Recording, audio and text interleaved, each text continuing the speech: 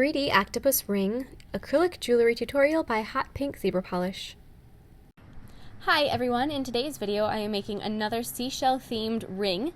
So this one is going to have a piece of a seashell and then there's an octopus that is sculpted on top of it. This ring is so cool looking, I can't even express it. So I hope you like it as much as I do, and don't forget to click subscribe to see my future videos as well. So to begin, I'm going to be painting a layer of shimmery polish over the top of my shell piece. This is just going to enhance all those little colors that are in your shell to begin with and just make it look a little bit, just enhance its natural beauty. And then I'm going to add a layer of gel sealer over the top of it and cure it once again. And this is a little bit easier said than done because you don't want to hold onto it when there's gel on it, but you need to get the gel sealer on it. So now I'm going to figure out where I want the ring placed on my finger, just so that I got a good idea of where I need to fit the wire to. I'm going to tape it to the nail bottle, and then I'm going to be wrapping a piece of wire, sorry, go off camera a little bit, around, I'm wrapping the wire around the nail bottle and then around the shell. And this is going to be creating my ring. So I'm going to untape the shell, and then I'm going to fit the shell into the wire once again, and then trim off the excess wire. So first I'm just going to trim it off the big wheel I have. And I'm going to tighten up those little bends a little bit more, make sure it still fits, maybe tighten them again just to make sure that everything is kosher, and then trim off the ends once again.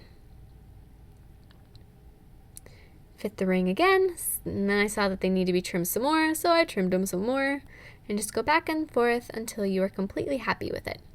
Once you are completely happy with how the shell and the wire fit together, I'm just going to be holding that with my finger, and I'm going to be attaching the wire to the shell with clear acrylic. And if you wanted to just fit it into place with some nail glue first, that would be fine.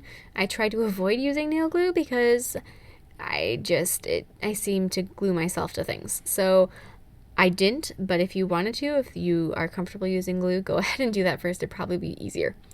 So then I'm going to go and I'm going to sculpt my octopus. So I'm going to start with her head, and then it's sort of a upside down teardrop shape, and then pull it down.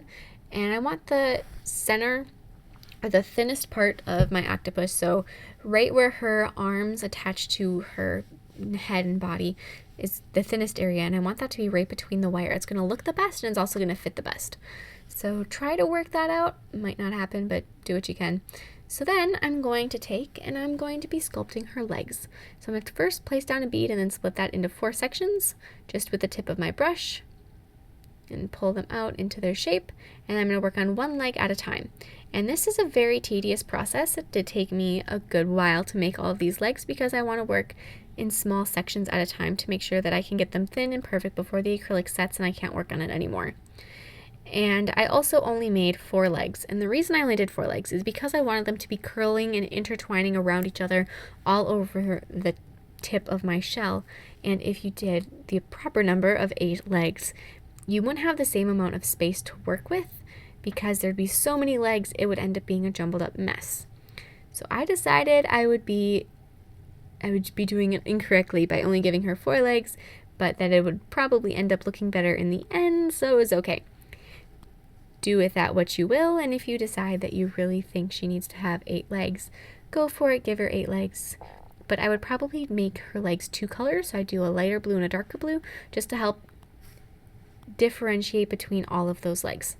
And one of her arms or legs or whatever you want to call them, I decided I wanted to be wrapped around the wire like she was holding onto it, so I thought that'd be kind of cute. So I just kept going around and around, adding legs over the top of each other and in and around and so on and so forth.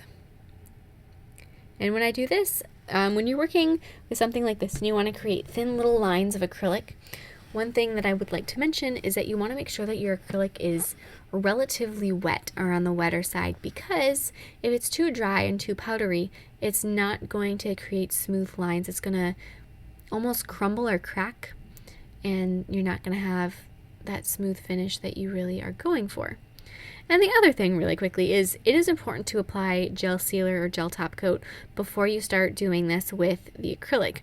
And the reason that is important is because when you're doing this and pulling out the legs like I am, you need to have a slick background behind it or it's not going to work as well as it would otherwise. So make sure that you have some sort of slippery background just so that your acrylic is smooth and the application goes easy and well for you.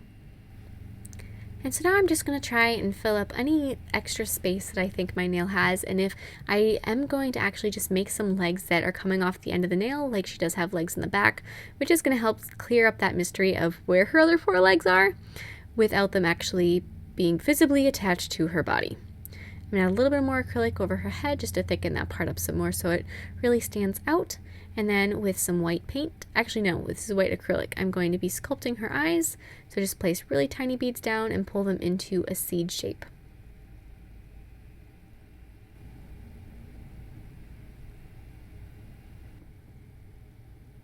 Thank you so much for watching. I hope you like this design. Please share any recreations with me on Facebook and Instagram. I would really love to see them. And I will see you in my next video. Bye!